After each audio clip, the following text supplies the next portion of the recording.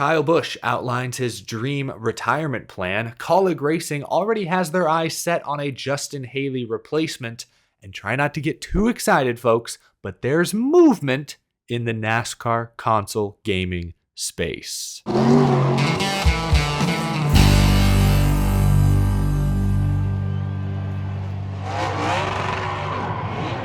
How's it going, y'all? My name is Eric. Welcome to Out of the Groove. Happy Friday. Plenty of stories to get to wrap up what turned out to be a very interesting NASCAR news week. Yesterday, we discussed Justin Haley signing a multi-year deal with Rick Ware Racing. We also discussed Shane Van Gisbergen making his NASCAR return at Indianapolis next month. That race, that field is expected to be stacked with international talent. But today, at least to start, let's take things into the virtual world. According to Sports Business Journal, NASCAR has a, quote, substantial announcement coming soon related to console video games. Oh, please don't get my hopes up. I know Motorsport Games has technically released new NASCAR titles on the Nintendo Switch the past couple of years. I know there have been some updates to previous games, but the last truly original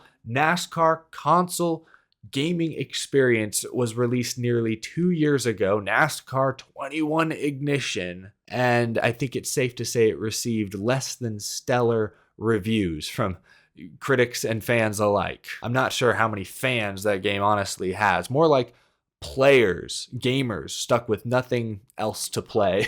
The NASCAR console gaming space has not been in the best place in recent years. So what could this substantial announcement turn out to be? Have they terminated their contract with Motorsport Games? Is there a new game set to be announced? Are they collaborating with a different studio? This user here on Twitter yesterday actually sent me a screenshot of something Dale Jr. tweeted at him late last year. Jack here tweeted, "I'm sure everyone will tell me how much of an idiot I am, but I do badly wish iRacing could go to console. I just don't understand why it can't. Feels like a ton of money left on the table for them too. Maybe I'm wrong." To which Dale Earnhardt Jr. replied, again, this is late last year, "You're not an idiot. It can go to console. A version of it may very well be on console in the future." With a little smiley face and thumbs up emoji. I don't know how valid those comments from Dale Earnhardt Jr. truly are. Keep in mind, they were made like 9 months ago on Twitter. But considering how tight NASCAR and iRacing's relationship appears to be, nothing would surprise me. If they're able to bring a version, at least, of iRacing to Xbox and PlayStation users, whether it has like a flat $60 price tag or, you still have to pay like a monthly subscription, that would be really, really cool. And it would actually lower the barrier of entry needed to get into iRacing. I've been a big proponent of iRacing, how it creates new fans and can also be used as a tool to create new drivers. But my one small complaint, I guess, is that there's still a high barrier to entry, at least by video game standards. I know it's a lot more expensive to go drive a real race car somewhere, but to get the full iRacing experience, you got to go out and buy a wheel and pedals. Those are typically a couple $100. The monthly subscription plus the fees to download different cars, different tracks, the costs rack up rather quickly. So if a condensed version of the iRacing NASCAR experience can be brought over to consoles for maybe a little cheaper. Just being on consoles lowers the barrier to entry because you open yourself up to a completely new player base. Not everyone has a big fancy PC that can run iRacing at full strength. So I have no idea what this substantial announcement could be, but I'm trying not to get my hopes up too much. I'm optimistic. I've talked about this before, but when I was a young kid, I found NASCAR first just by stumbling upon it on TV. I think my parents maybe bought me like a die-cast car when I was a kid, so I was loosely aware NASCAR was a thing. But I didn't become a true NASCAR fan until I played NASCAR Thunder 2004 on my PlayStation 2. That's how I became familiar with the drivers, the tracks, the paint schemes. A fun, realistic, but very accessible NASCAR console game is what turned me into a fan as a young kid. And that's exactly the kind of thing NASCAR has been missing for at least the last 2 years, in my opinion, maybe longer, you could argue. So I'm very optimistic. I'd love to see NASCAR break back into the console gaming space in a bigger and better way. But moving on, this morning I came across a Racer.com article that references an interview that Kyle Busch did with Cars and Culture that aired on SiriusXM NASCAR radio, I think yesterday. And in this interview, Kyle Busch details his dream retirement plan. Now, he's talked a bit about this in the past, but it was interesting to hear him talk about it recently. Kyle Busch began by saying, quote, "I've kind of dreamt this up a little bit. In a perfect world, I would retire from cup racing when Brexton, Kyle Busch's son, is 15 years old, and I would go run a full year of truck. I'd go run a full Truck Series season to see if I can win a Truck Series championship because I would be the first one to have ever won a championship in all 3 series of NASCAR." Honestly, I respect that Kyle Busch has an eye on the record books. Media fans are always asking him about records. Hey, think you can catch Dale Earnhardt 76 wins? Before that, it was, hey, when are you going to get to 200 to match kind of Richard Petty? I honestly respect that Kyle Busch cares about records and cares about his legacy. He's already technically the winningest driver in NASCAR history across all 3 major touring series. But to win a championship in all 3, that would be new. That's something that's never been done before. Now, Brexton Busch, I believe, is 8 years old currently. So we're talking about maybe 7, 8 years from now. Kyle Busch went on, quote, "So I would do that. And then when Brexton turns 16, him and I can split that truck where he can run the shorter track races and I can run the bigger track races because you have to be 18 to run the big tracks. So for 2 years, we would split it, and then when he's 18, he takes over and hopefully wins a championship. Then he moves on, and I'm out. I'm done. That would be it for me." So that would probably put me around, I guess, 49, 50 years old. This is an awesome plan. Again, this is Kyle Busch's dream scenario. I do hate to put this much pressure on an 8-year-old. We still have no idea what Brexton Busch is going to turn into.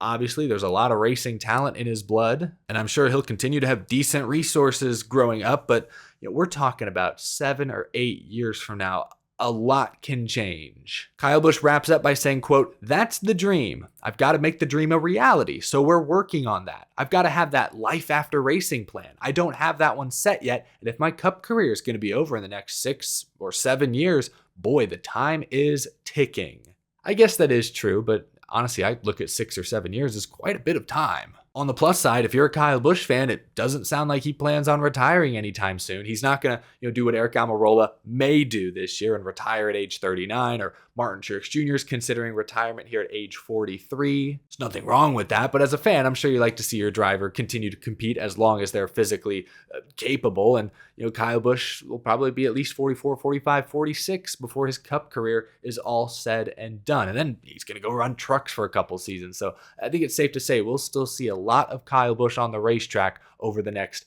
decade plus. But I love this plan. It would be really cool one day to see Brexton and Kyle Busch on the same team. Mentee. Is that a word? Just student in the master?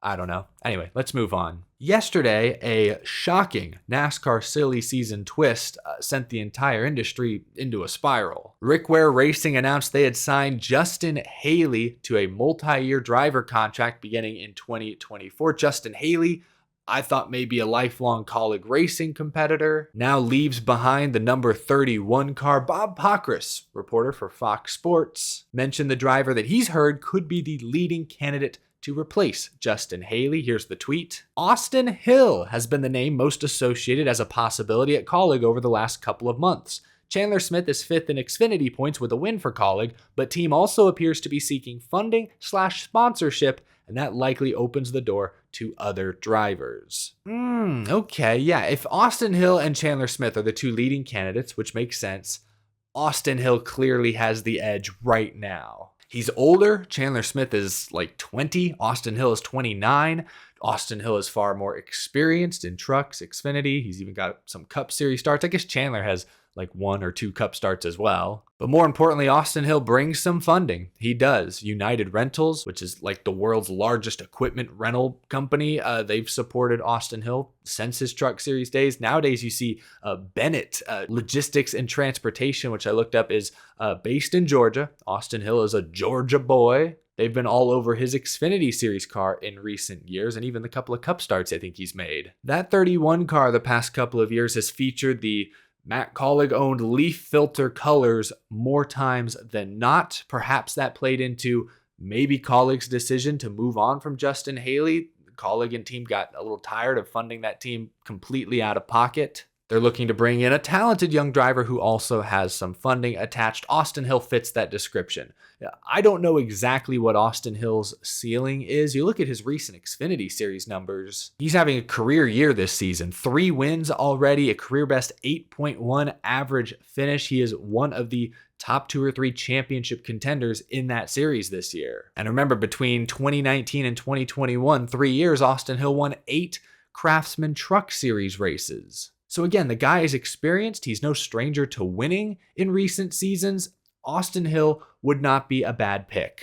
Chandler Smith just isn't quite ready yet. He was good in trucks the last couple of years, 5 total wins across the last 2 seasons, but this year in Xfinity, he's a rookie. He's been good. He's got to win. But at 20 years old, actually, I think he might have just turned 21. I think he's still got some dues to pay in the lower series before I believe he's seasoned enough to be competitive in the Cup Series, especially if he's going to go to a team like Kaulig, where you know he's going to be driving a 15th to 20th place car most weeks.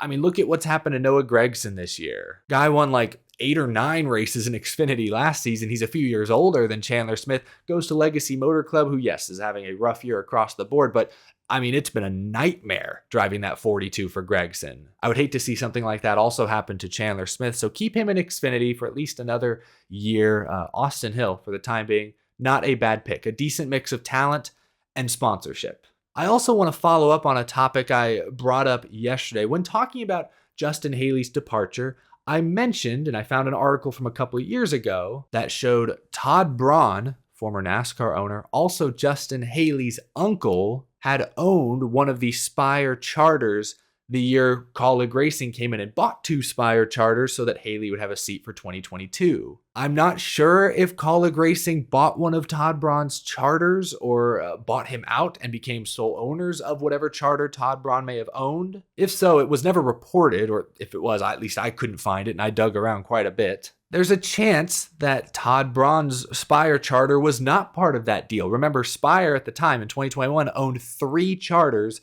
Kaulig swooped in and bought 2 of them. Maybe the one they didn't buy was Todd Braun's, but considering his relationship to Justin Haley, and I read you that article yesterday, that would be surprising, but I guess that's possible. I don't know who exactly owns which charters, but again, Bob Pockrass, insider at Fox Sports, tweeted his take yesterday. From everything I know, Kaulig is the owner of its 2 charters. If that is in fact true, and Todd Braun has no control over the 2 existing Kaulig charters, then my theory yesterday that Haley could be bringing a charter of some sorts over to Ford and Rick Ware, that theory's probably out the window. Bob sounds confident that Kaulig will remain a 2-car, 2-charter team, so I guess, yeah, there's room for Austin Hill or someone else to fill that number 31 seat. And the 16 is still up in the air. NASCAR silly season, y'all, is just getting started. Let me know your predictions down in the comment section below. Do you think Austin Hill would be a good pick to take over at the number 31? Let me know what you're thinking. Thank you so much for watching this video, y'all. Leave a like if you enjoyed. Hit that subscribe button if you're new and you love NASCAR. And thank you to my Patreon supporters